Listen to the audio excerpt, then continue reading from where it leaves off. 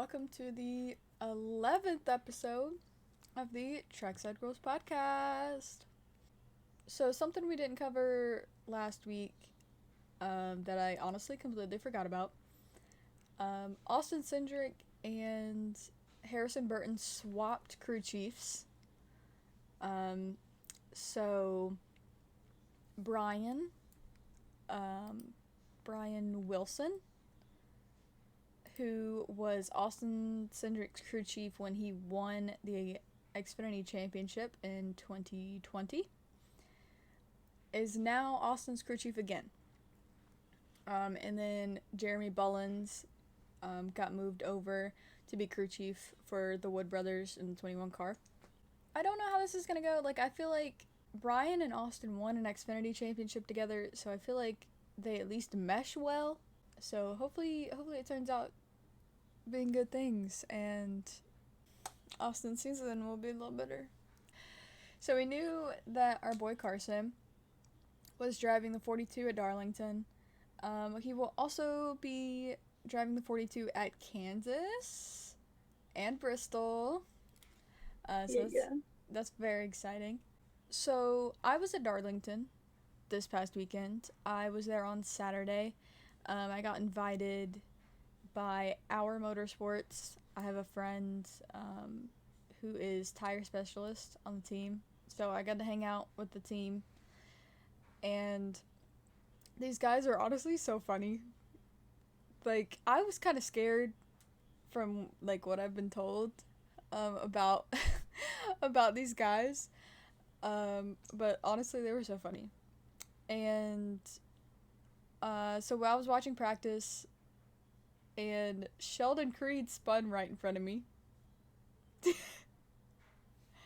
So I don't think he hit anything.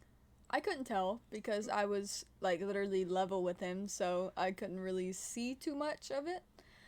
But it didn't look like he hit the wall. He spun on the backstretch. But who knows? I can't remember. I didn't even go back and watch practice because I was there. So, and I was also there for qualifying. John Hunter Nemechek got pole. I stayed the entire day, so I stayed for the race as well. This is a little side note, because timeline, you know. So I was hanging out with my friend who invited me, who's on the team. And he was like, yeah, you can come out on the grid, you know. And I was sitting there, I was like, man, I got invited by the team. What if I got a grid photo with Blaine? But that was a complete joke. I didn't do that. But technically I could have. But anyway, so I was standing out there for pre-race ceremonies, the national anthem and stuff. And as we all know, if you watch NASCAR, all the teams stand in a line across pit road next to the car that they are a part of. And so I got to stand in one of those lines. And I was either second, I want to say second from the end. And all the teams, they do the fist bumps before the race, before the driver gets in the car. They go down the line, you know.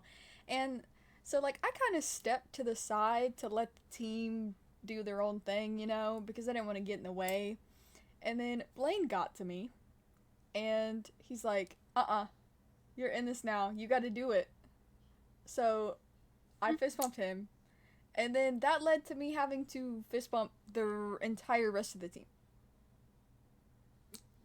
So, and then I was offered a seat up on the pit box, but I was being stubborn, and I stood below the pit box the entire time.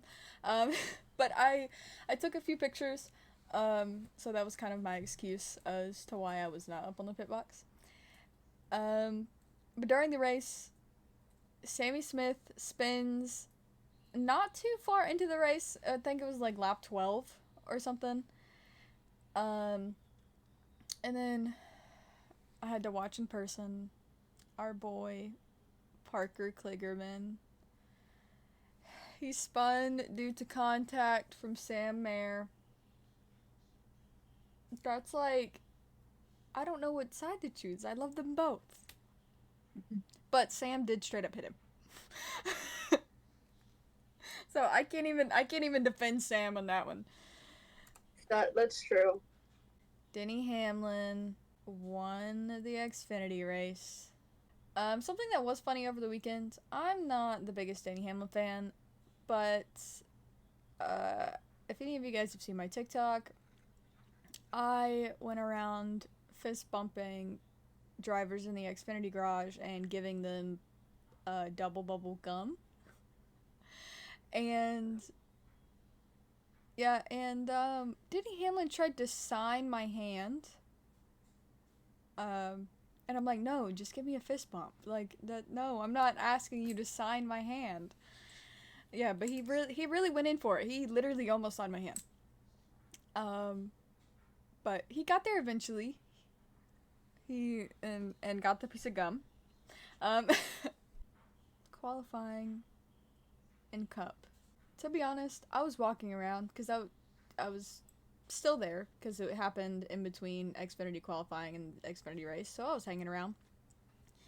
And I wasn't paying attention, so whenever I saw Group B go out there, I was sitting here thinking that was the top 10. So then I saw Carson and Austin, and I'm like, there's no way. And then it crushed my dreams, and they were not in the second round of qualifying. It was just Group B. So, but I got to see both my boys. I got pictures with them. Molly and Lakota are gonna see the boys next week.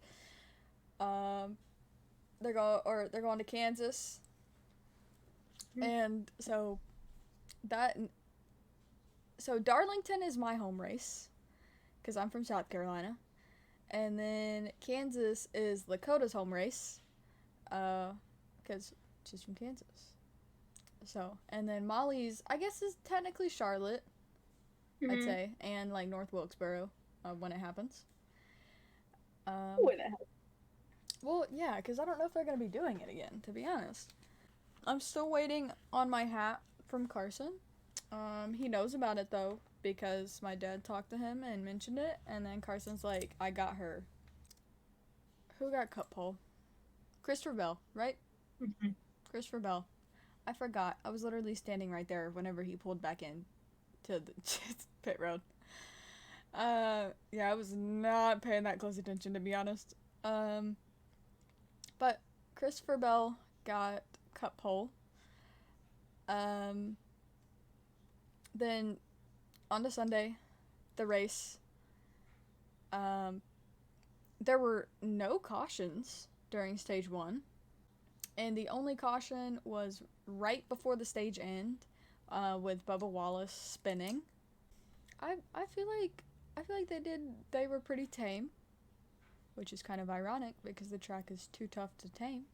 They had to red flag the race. They had the cars stopped on track, because the lights in turns 3 and 4, the ones that shine from the infield out onto the track, were not working.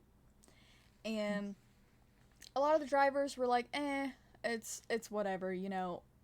But they took into consideration the one driver that actually drives on really dark tracks like that said that we should wait and get the lights on.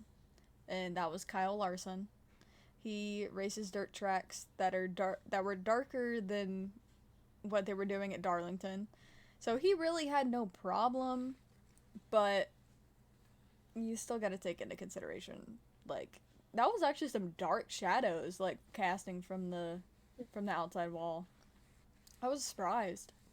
And you couldn't really see the walls. So good thing they got those fixed. And on top of that, before they got the lights fixed, fans in the infield were trying to use their cell phone lights to light up the track.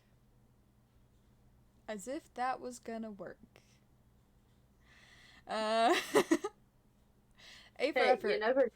Yeah, yeah. You know, A for effort, guys. And then BJ McLeod blown an engine, or at least that's what it looked like, um, just from the smoke. Something that I was a little upset about. Austin Cindric into the wall. Um, and it involved Ty Gibbs. Yeah, I have. Actually, I can't even call it a love-hate relationship with Ty Gibbs anymore. Like, he's chill, but that's about as far as I can go with with Ty. He's taken out 2 Penske drivers in 2 races. Which, okay, to be fair, this Austin into the wall was, I feel like, was his fault. He came up. But also, where was Austin's spotter? Pretty sure his name's Doug, I think. Where was he at in that situation? clearly not watching the race. Exactly. Like, Not watching his driver. exactly. He probably Like, forgot.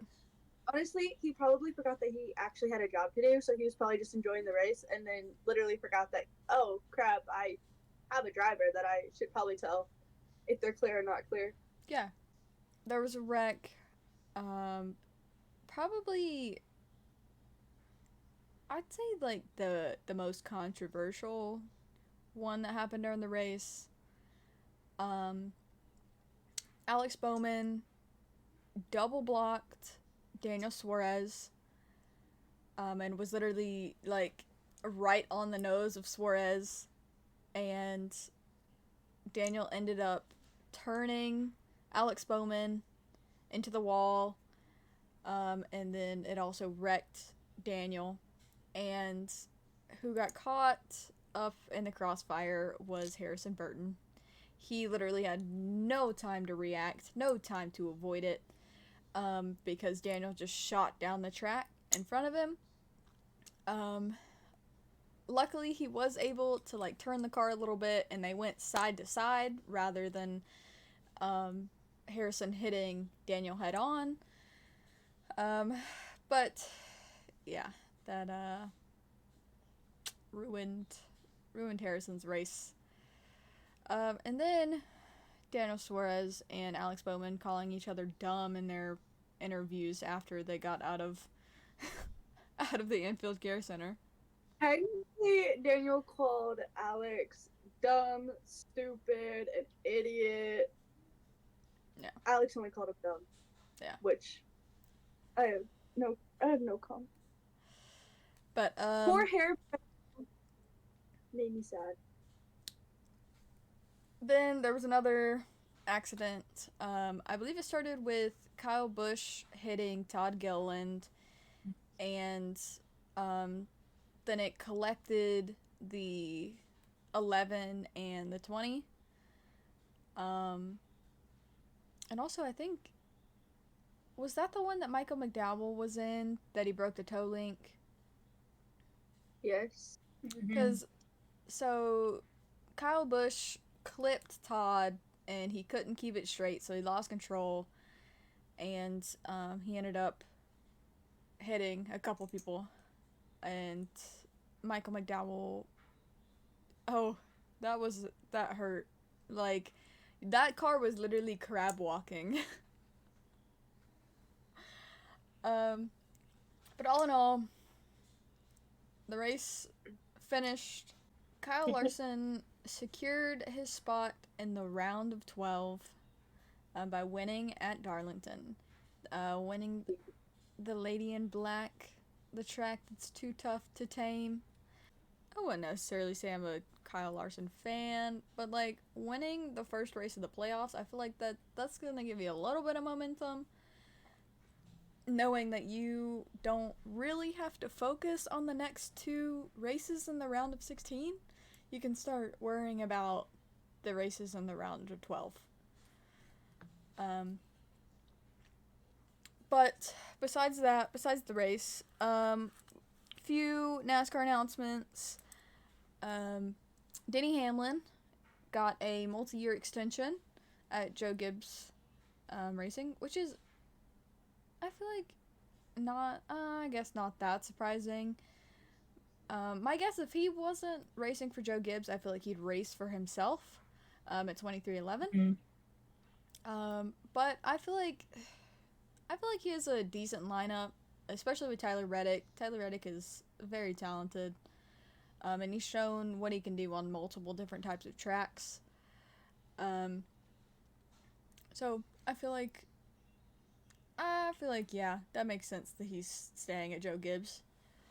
And he still has yet to win a championship, so he's probably gonna keep on going until he gets one. Hey, yeah, he hasn't even won one yet, and he's what, like in his 15th season? Pretty close, I think. He still can't win one. So there's an update at Colleague. They said, as we prepare to close out the 2023 season, Daniel Hemrick will take over the 10 Chevrolet for the remaining races to contend for the NASCAR Xfinity Championship. So they are in the Owners' Championship with the 10 car, which is the one that they bring in Kyle Busch. I think they had Austin Dillon in it this year. So it must be in that top few spots to continue into the Owners' Championship. NASCAR officials are apparently being stricter on the inspection process because in the Xfinity Series, because I guess a lot of them have been failing a lot. Oh wait, that's gonna be some bad news for some of the small teams. Like the ones that have to go to the R&D center in Concord that don't have the Hawkeye system to check their car before they take it to the track. Man, that's gonna be rough for them. Something I guess technically is old news because I feel like we already knew this was gonna happen. John Hunter Nemechek has signed to Legacy Motor Club for the 42 car.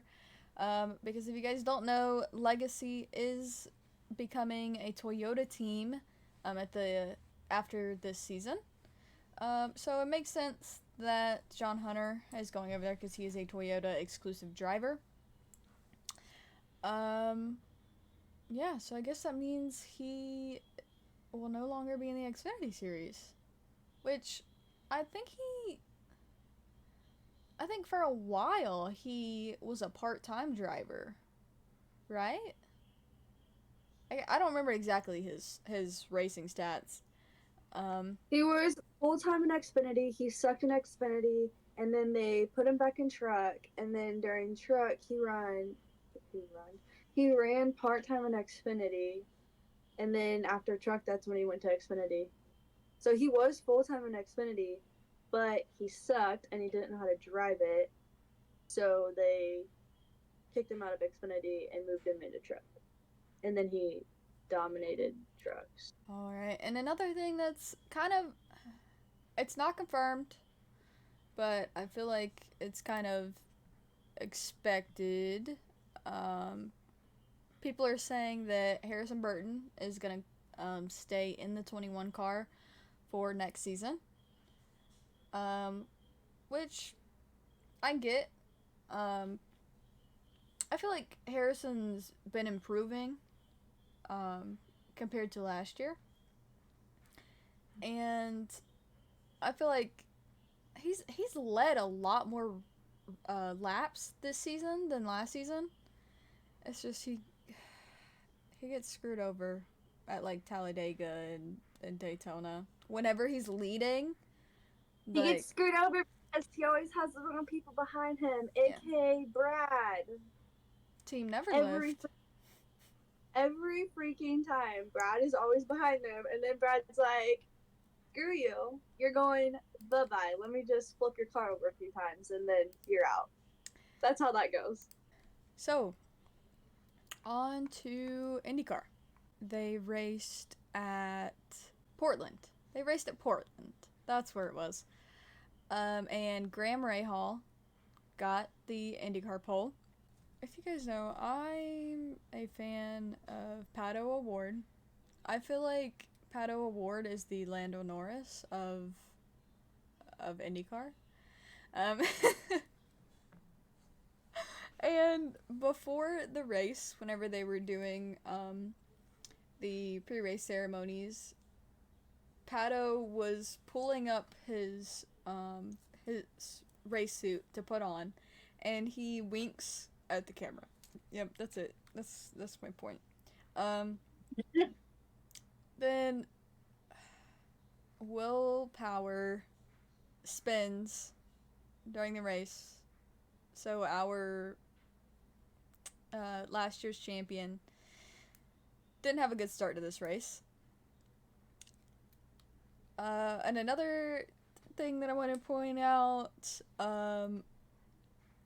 okay, so you guys know I always talk about Marcus Armstrong because of Lissy. But Marcus Armstrong is actually I believe he still is, because he finished in front of one of the other rookies. He is currently leading the Rookie of the Year points. But he almost lost that because Marcus Armstrong's pit crew screwed him on his last stop, and his right rear tire was not on all the way. So whenever he went to go take off, the wheel just fell off. So they had to lift the car back up, put it on jacks, and move it back into the pit box and put the wheel back on. He came back from that. He finished above the person that he is fighting the rookie points for. But all in all, Alex Palou, he is victorious. He wins Portland. And because he won Portland, he clinched the 2023 INDYCAR Championship. And I believe they said that, I can't remember how many years, but it's been quite a while, if at all, that a driver was able to clinch the championship before the final race. So Alex, he did his interview at the end, and they had the camera there. He signed the camera lens, the TV camera lens, and also kissed it right after the Sharpie was on the lens. But I believe Alex is 26, I want to say. And this is his second championship, even though he's not Max Verstappen, age 25, with 2 championships. It's still pretty impressive. So with Alex winning, Chip Ganassi was interviewed and stated that Alex Palou is going to be in their car for next year. If you guys remember, he's got a lot of stuff going on with McLaren because he backed out of their deal about racing for Era McLaren. We'll see how that goes. Lissy gave us more crumbs of the hard launch, and it's so cute, as always. But Formula One, they were at Monza, Temple of Speed, home of the Tifosi. Mercedes has solidified their lineup for next year, and I do believe 2025. And they're keeping Lewis Hamilton and George Russell, which I feel like that works. Like George, I believe he's won a Grand Prix. George? Yeah. I think he's won at least one, I think. I see one though. I genuinely don't know. Um but I feel like he's a strong driver, and I feel like the future of Mercedes is George Russell, at least for like the next couple of years. Because obviously I have a feeling that George is gonna stay with Mercedes until after Lewis is retired. Because Lewis is 38, I think. And so even though he looks absolutely fantastic, he's getting a little up there. Because I think Fernando Alonso is, I want to say 42. So I Lewis Hamilton, 7-time world champion. We've already talked about that he's probably like swimming in money. So I feel like even without this extension, he would have been fine. On to the race, or the race weekend. Philippe Drugovich, who is the reserve driver for Aston Martin, was in the car during free practice 1. And they decided to do the specific tire allocation for qualifying, again at this race. And this was the first time that they actually got a completely dry session, to test out the tire allocation. I explained this before, but basically they're trying to take 2 less sets of tires to every race, per team or per car, which means I think they said it would save like 3,000 tires a season that they wouldn't have to transport. So it's part of F1's sustainability, that they're working on. And this weekend, because it was Monza, Alfa Romeo, which is an Italian team, had a beautiful livery with the Italian flag on it. I really hope that they keep this livery. Like, it looks so good. And over the weekend, it was Carlos's birthday. So he got to celebrate, I believe his 29th birthday, with the Tifosi. It's kind of fitting, that his birthday was this past weekend, because he got the pole at Monza. Carlos Sainz, birthday boy, got the pole at Monza. But, so during the sessions, FP2, the very start of it, Lance went out for a slow lap and started having a fuel system issue. So that was 2 sessions that he was never able to get into the car and drive. So he was going into qualifying with very little time, compared to everybody else. Checo had a power unit leak, I believe it was. So throughout the weekend, Frederick Vesti won the Formula 2 sprint race at Monza. And for qualifying, for Formula 1, they were having some lap times deleted because mainly of turn 7, the cars were going too wide. Was something so I would have never noticed this if they didn't show the onboard camera of Liam Lawson. Liam Lawson had a pink helmet design during Monza. And it was so cute. I loved it. For the race, actually, you know what? The Europe races aren't that bad for at least the Eastern time zone, because the race started at 9:30. But it was delayed because Yuki had an engine failure and was not able to start the race. And they ended up doing 3 formation laps. So Max, I gotta talk about Max. He missed out on pole. And he was really struggling, to be honest. Like, the Red Bulls were struggling.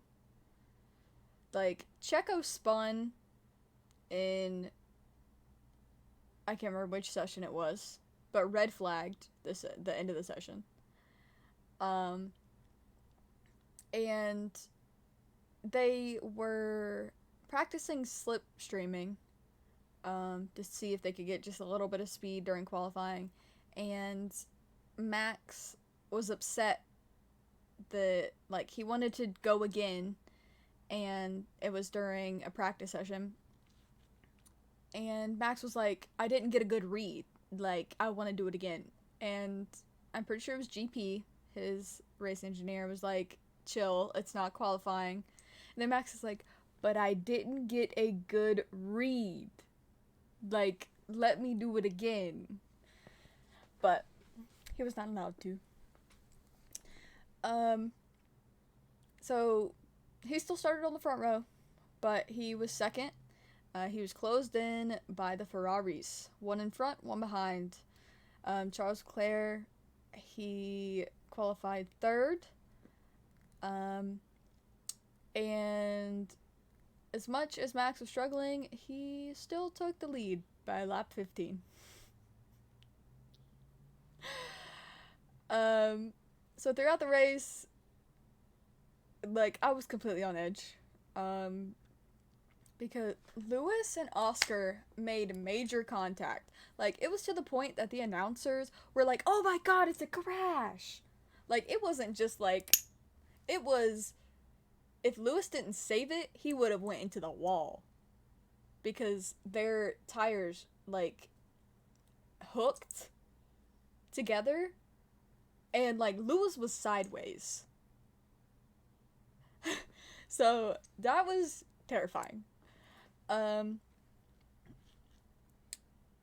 So, because of that, Lewis got a 5-second penalty for causing a collision, which Lewis apologized. Like, immediately after Lewis got out of his car in Parc Fermé, he went over and apologized to Oscar. But he still got the 5-second penalty. And speaking of 5-second penalties for causing collision, Lakota's boy, Logan Sargent, got a 5-second penalty for causing a collision with Valtteri Bottas. I don't remember that exact contact, to be honest. I don't. Well, he had to do what he had to do. But the drivers in second and third, they were battling for quite a while. Charles and Carlos were fighting for position, basically the last half of the race, and it completely scared every single Ferrari fan. Like, I thought they were gonna wreck each other out. Like, we thought this was gonna be like a multi-21, like, 2016 Spanish Grand Prix Mercedes situation, okay? If you guys know if you know, okay? We were holding our breath the entire time. I wanted to vomit. I thought they were gonna wreck each other out. I was terrified. I'm like, I'm just gonna throw up right here. It's fine. But Checo ended up passing Charles, and so Checo got the final spot on the podium. That was the happiest I have ever seen Charles Leclerc for a 4th place. Like, that man had the biggest smile on his face.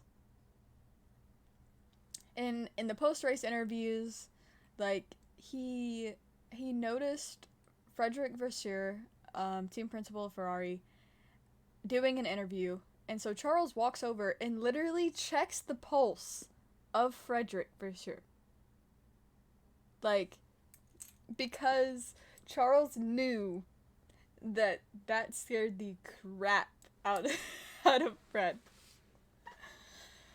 Oh, but I feel like that's where Charles thrives. Like, for him, he enjoys the battle of Formula One. Like, obviously, there are a lot of things that, like, don't go your way, or, like, team orders, like, could potentially put you in a bad mood, but, like, he was having fun fighting Carlos. But, all in all, Max won his 10th race in a row. That is a record all on his own. Last race, he equaled the record with Sebastian Vettel, who had won 9 races in a row. And now Max is all by himself with having won 10 races consecutively. You know how I feel about it. Something that happened after the race. So if you follow Charles Leclerc, you know that he got his watch stolen in Monaco.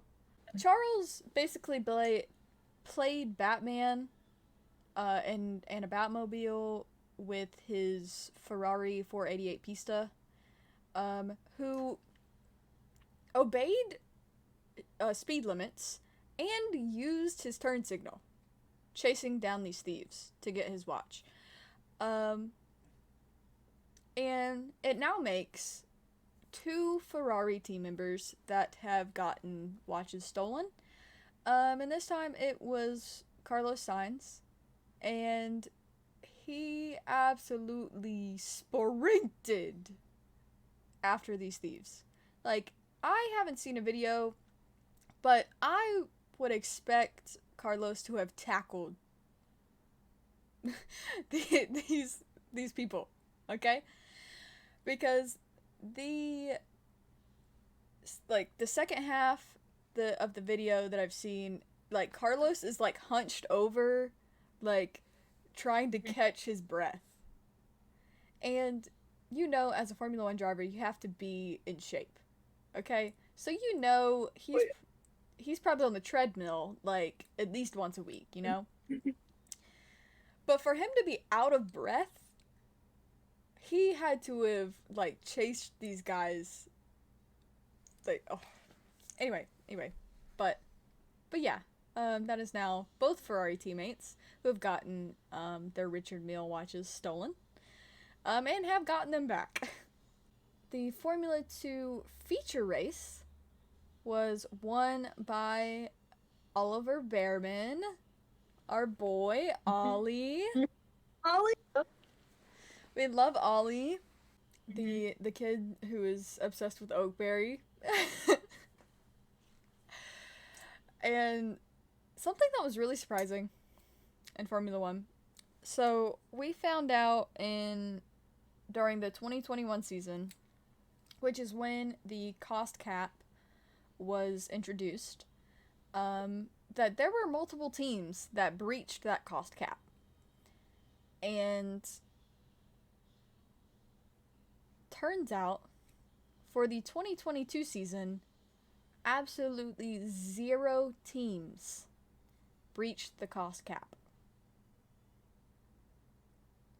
So they clearly learned from their mistakes. Max Verstappen got a fine from the FIA for speeding in the pit lane. He was going 4.8 kilometers over pit lane speed. Wait, like, hold on. What was it during? Oh, it was during FP2. That's why they couldn't give him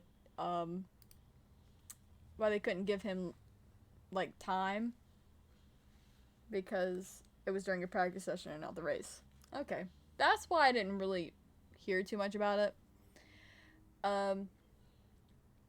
So our boy Danny Rick, we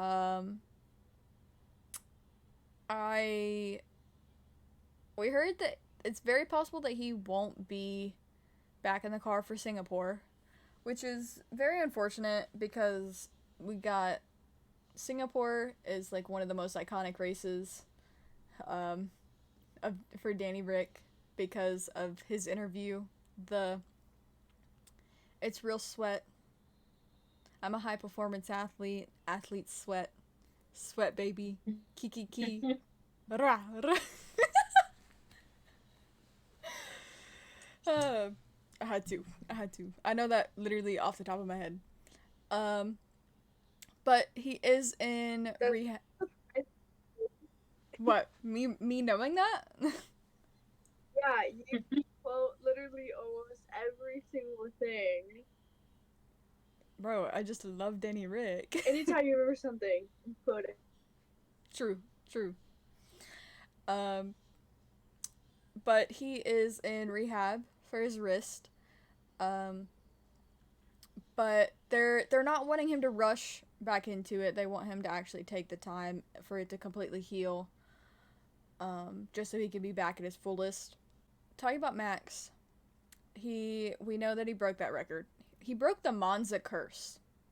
If you guys don't know what the Monza curse is, it's basically you can win the race at Monza, and then you inevitably crash the year after. Okay? It started in, I want to say 2019. 2019, Charles won. And then in 2020, he crashed out. In 2020, Pierre Gasly won. In 2021, he crashed out. Daniel Ricciardo won in 2021. In 2022, he crashed out. And Max won in 2022, and he has now broken the Monza curse and won in 2023. But he is now the only driver to have won at all 4 of the original tracks, which are Silverstone, Monza, Monaco, and Spa within the same season. As much as people hate on Max Verstappen, you cannot deny that he is a talented driver. Like, I would love to see Max back in AlphaTauri, because I want to see what he's able to do with that car. Post-race, at Monza, you had Charles climbing the fence to see all of the Tifosi, and I just love the smile on his face. Like, it's so good. Like, I'd love to see Charles happy. In the past couple days, Lando and Oscar went karting. If you guys don't know, Lando has a kart. It's called Ellen Kart. And he has, I don't know if people race it, like if it's something people buy or if it's a team or what, but Lando and Oscar went out and met some of the kids who race in those karts, and yeah, it was actually really cute. These kids were so excited to see Lando and Oscar. I would be too, so. True. I don't think the drivers normally are like fully committed to designing their own helmet. I think they just give an idea to an artist and they do it, you know? But there is a legitimate sketch that Max Verstappen did, and he created his own helmet. It was for his new retro helmet, which I think a lot of his helmet designs that he does, they kind of mimic his dad's design that Jos Verstappen used while he was in Formula 1. Something that happened during the Formula 2 race that I kind of want to forget about. It looks as if Arthur Leclerc, it looked like he just lost his brakes. Like, it looked like he did not even stop. And he ran into the, like, foam little barriers on the access road, taking out one of the cameras. Couldn't tell you how that happened. But yeah, it was kind of surprising, coming from Arthur. Something that was funny over the weekend, Lando and Oscar were on the fan stage, and there was a girl who had a sign that said, "Please reject me so I can move on."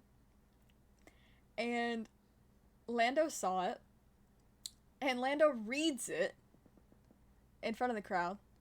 He goes, "Please reject me so," and he, like, stops mid-sentence, and he goes, "You're ugly." And then everyone in the crowd, like, gasps, like, oh, "What are you, why would you say that?" And then he goes, "No, I'm just kidding, I love you." I'm like, look, you cannot do that. She asked for you to reject her, not say I love you. That's just gonna, look, if that happened to me, that was just gonna make me more delusional. Like, I would not be able to live, okay? Oh my gosh. Listen. And then, with Lando, he completely caught this group of girls off guard. And these girls were, like, freaking out. We're like, "Oh my god, that's Lando Norris," right? And so he stopped the car for them. And one of the girls was able to get her shirt signed. And it was, I think it was actually Lando's merchandise, because it was the bright, like, fluorescent greenish yellow. And she got to hug Lando, and, like, Lando just looked like, had the biggest smile on his face, because I feel like you have to, like, kind of step into their shoes and, like, think of, like, they meet so many people, but like, having that many people so invested in your career and, like, believing that you can do anything, like, that's wild. I'd be scared, to be honest. That's so much pressure. On to next week. We don't have Formula 1. They're not back until next week, unfortunately. But they have Singapore next weekend. INDYCAR is back this weekend. They're racing at Laguna Seca. And then NASCAR will be at Kansas. And Molly and Lakota are going to be at Kansas. So they're very excited. This is, like we said, this is Lakota's home race. So this is one she goes to every year. I feel like it's been so long since I've seen them race. So, like, that you've been to a race, or? Is that what you mean? No, like from oh yeah, from like And what was the last one? Atlanta? Yeah, just from Atlanta to now. I feel like it's been way too long since I've seen the boys in person, up close and personal. True. Actually, to be They're, honest, they're like I wouldn't even have seen the boys until maybe Charlotte if I was lucky, if I didn't go to Darlington. But like Darlington was the one I really wanted to go to. I wanted to be there at least on Saturday because Austin Cindric's birthday was on the 2nd. So I wanted to be there to be able to actually say happy birthday. And funny enough, he was the first driver I saw when I got to the track. And it was pure luck. Like I had ran into one of my friends who was camping in the infield, and it just so happens here comes Austin Cindric walking down the road towards me. So, yeah. So that was fun. And then he kind of called me out multiple times, to be honest. Um, because okay, so I didn't have a Sharpie, and if you guys have seen the new NASCAR Authentics, they have a winner's circle collection, and one of them is Austin's Daytona 500 win. And so I had that with me, but I didn't have a Sharpie when I saw him. And so after I did my little fist bump thing and I told him happy birthday, he was standing there talking to my friend that I was talking to before. And so I went back up to him while he was standing there. I was like, "All right, do you have a Sharpie?" And he goes, "No, I do not." I was like, "Okay. I mean, I just have this car that I needed you to sign, but I don't have a Sharpie." He goes, "I swear to God, I do not have a Sharpie." And I'm like, it's fine. Like, it's fine, okay? Um, but, and I was like, and he goes, "I'm sure you'll find me later." As if he knows that I will, whenever I do find a Sharpie, I will find him. And then I had a lot of good interactions. So let me finish my interactions with Austin, okay? So I saw him, it was right before qualifying, and I had found a Sharpie. And I was standing like on the edge of inner pit road, um, just so, because I don't like walking into the boxes where all of their equipment's set up, because I just don't think that is. I don't know if we're not allowed to, because I've never tried it before, but like I just don't like getting in the middle of what they're doing, and bothering them. So I'm like standing there at the edge of the box, and he had like turned in my direction, and so like me and him made eye contact, and I like held up the car with like a smile, and so he immediately walks over, and I'm like, "I told you I'd find a Sharpie," and he's like, or I can't remember if he said I had faith or he said I had no doubt or something, and I'm like, you know what? You're so mean to me. But anyway, that's not even all it. So at the end of qualifying, the last time I got a picture with Austin was Daytona. Okay, so it's been February, and I've seen him probably like 6 times since then. Okay, so I wanted to get another picture, and normally me and him take like I get somebody else to take the picture, so they're like full body pictures. Okay, and so he's walking away, and I'm like, "Hey Austin, can I get a picture?" And he's like, "Yeah, you can." So like I obviously walk over, and I take a selfie with him, and I look at him, and I'm like, "That's the first selfie we have ever taken together." He goes, "That's surprising." Like, you don't have to call me out like that, sir. But yeah, there was just such good interactions. Like, I think this past weekend might have been like my favorite race that I've attended in general, if I'm gonna be honest. Like, I just didn't feel, it's like, yeah, I was taking pictures, but I didn't feel the pressure of like having to actually chase down drivers. Dude, in Kansas, you can just find them walking around down in like the little like not fan zone area, like where like the passes that I get, you can literally just find them. Like we ran into Tyler Reddick after he won the pole last year. Random, he was like, "You guys want a picture?" Molly and I were just talking to each other. He kind of like walked up to us and he's like, "You guys want a picture?" And we were like, okay. And then Jeb Burton, we saw him. Like, you literally just run into them down there. They're really chill. Sometimes I walk up to you.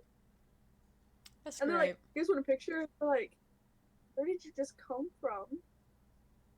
It's pretty fun. Just chill. Great. I feel like it's gonna be a fun weekend for Molly and Lakota. They'll have to get some interaction stories and stuff to share. Oh yeah. Which it'll probably end up with Lakota crying most of the time. I was gonna say that. I'm like, it'll probably just be, a video compilation of just me crying throughout the entire week. But it's okay. It's fun. This has been the 11th episode of the Trackside Girls podcast. Thank you guys out there for watching, for listening, however you enjoy our podcast. And we will be back at it again after Kansas. Bye, guys. Bye. Bye.